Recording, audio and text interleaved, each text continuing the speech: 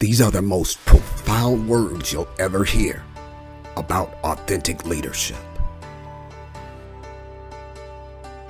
99.9% of people that you judge or have opinions on, you have no idea what the f is actually happening in their lives. Let's just start there. The fact is, you probably only know what 4 or 5 people actually have going on. And even then, you don't know as much about your sister and your parents as you think. So who the f are you? You got your perspective. I just want to be happy. Don't you want to be happy?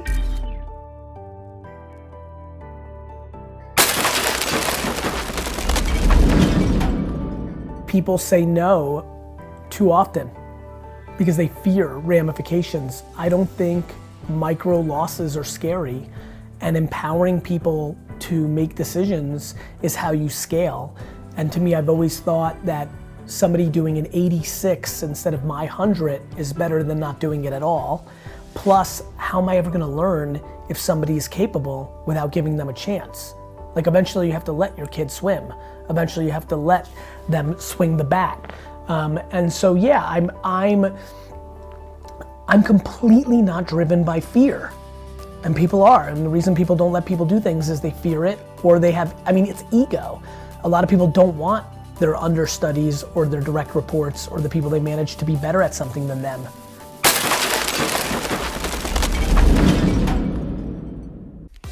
Well, first of all, I have always been, an alpha, and I have always led with gratitude and empathy and kindness and compassion and caring. That doesn't always manifest in my content or on stage when I'm, when I have the lights on and I'm my most showman. But that's become very obvious to anybody that's close to me. And I believe that because the world is harder to hide from, that over time people will develop better people skills, because that has always been the thing that mattered. But in a world that you could hide behind closed doors, non-internet, non-media, and everybody's fingertips, people went to bad behavior.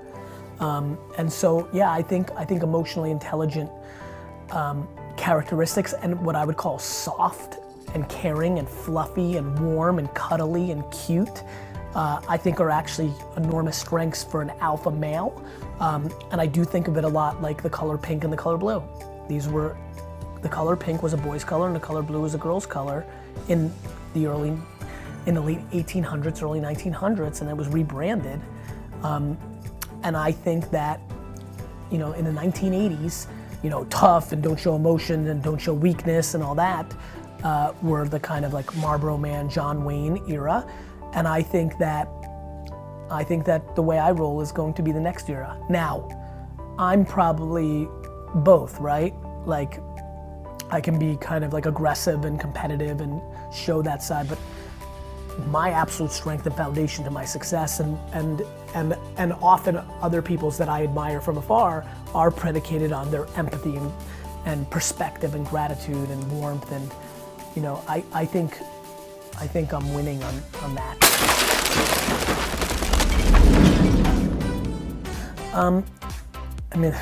Emotional intelligence for me, I define emotional intelligence in the ability to be empathetic, the ability to feel others, the ability to be the bigger person emotionally, because you are not chemically or perspectively thinking about things in the short term, and you're able to take a step back and in the heat of the moment bring value and just, I think, feeling people, just feeling people and then knowing what to do with it. There's emotional intelligence, and there's the ability to then, in the fine line, turn that into manipulation, because you feel people and you're able to move them into something that doesn't benefit them. And I think some of the worst people of all time have had emotional intelligence, but they transformed it into negative manipulation. And and my ambition is to go the other way, which is to use my emotional intelligence to create an incredible force of good. And I think emotional intelligence is a little bit more complex than just charisma. I think it's and I think a lot of times I'll use emotional intelligence or other things. I genuinely believe there's a conversation to be had around kindness. being kind. It works.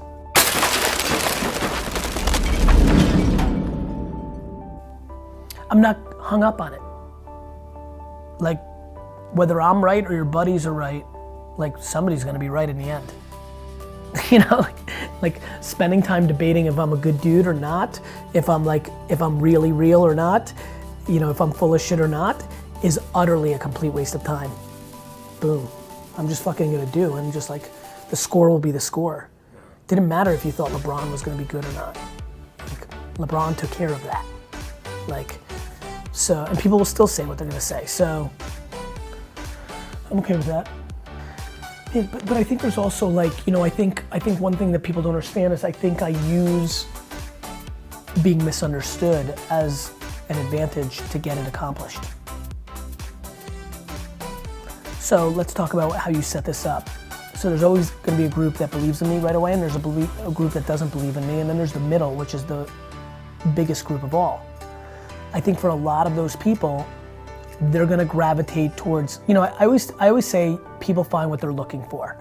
So I feel like the people that most appreciate my content right away are either optimistic and positive in nature to begin with, so they see it, or love candor, right? And then there's people who are just cynical because they've been hurt, or negative because they're negative. And I think those people struggle with me at first, but I do think being misunderstood or having very polarizing reactions to me is a strength of mine, because I can slow roll people into where I'm looking to get them mentally in my own selfish ambition to like do good.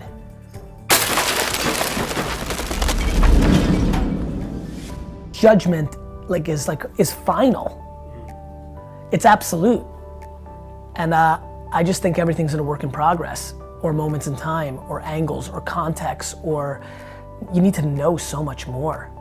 Like, everybody's got opinions on people. They don't even, first of all, 99.9% of people that you judge or have opinions on, you have no idea what the fuck is actually happening in their lives. Let's just start there. The fact is, you probably only know what 4 or 5 people actually have going on.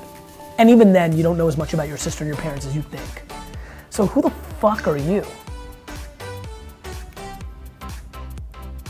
I mean, that to me is just like, I just have no interest in being so wrong.